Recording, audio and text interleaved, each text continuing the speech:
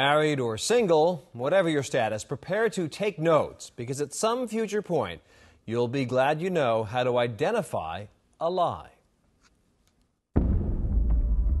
Michael Coller is a private investigator. Joe Tech is a professor at Boston College.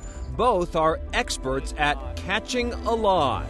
And I never, ever thought I was breaking the law. Joe Tech says he can tell in a blink of an eye, or rather, in the number of blinks per minute.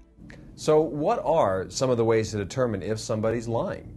Some of the ones that really tell you somebody is emotionally upset while they're talking to you, and therefore they may or may not be lying, are blink rate. Tech has counted blinks on the famous and the infamous. Okay, this is John Edwards. I believe he's discussing the indictment that might come about because he misused federal funds. I think that's the issue, but I'm not sure. And you will see John Edwards in this clip at a very fast 110 blinks per minute.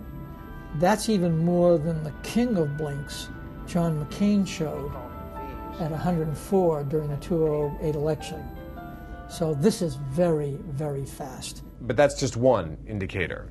So you begin to look for others.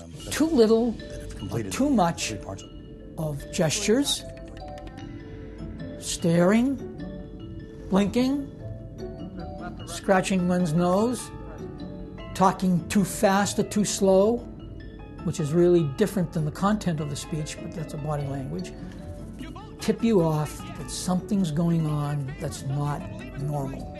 Okay, here's Roger Clemens, who is a gaze averter. He looks down, smacks his lips, dry mouth, looks down again. 18 times a minute, Roger Clemens looks down, and at this point, he was lying as shown by future events. And it is this famous flurry of blinks that first got Professor Tech on this path of discovering lies. You might even show what I call blink storms. And we saw that August 8, 1974, which started me on the road to blinks. Michael Coller is convinced he can easily spot a lie. How, you ask? He says there are 7 signs. The first is hands. A simple handshake, whether weak or strong, whether the hands are damp. It kind of sounds silly, but it's definitely true. The next, openness. If someone's sitting with their arms crossed, if their posture is not open, generally they're not ready to speak to us. Is someone nervous? Are they unsteady? Are they stuttering? Is their diction changing? Their voice changing? Very, very, very simple steps. The darting in the eyes, looking down to the right. Is it a visualization?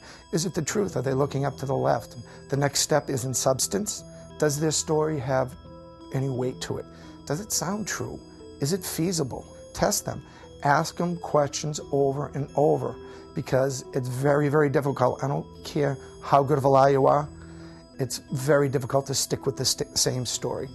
The last tip-off, motive. Ask them why. Was I a bad employer? Did you take the money from me because I wasn't paying you enough? Was I a bad spouse? Did you cheat on me because I was missing something in our relationship? Maybe it's my fault. Or even with a child, was I a bad parent?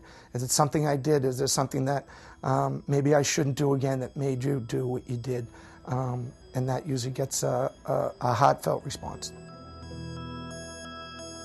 And now time to answer our question on Facebook, if you haven't already. Is texting cheating? And is it as bad as having an affair? Join the conversation on Facebook tonight. And that is Chronicle for this evening. Thanks very much for joining us. I'm Anthony Everett. Have a good evening, and we'll see you again tomorrow night.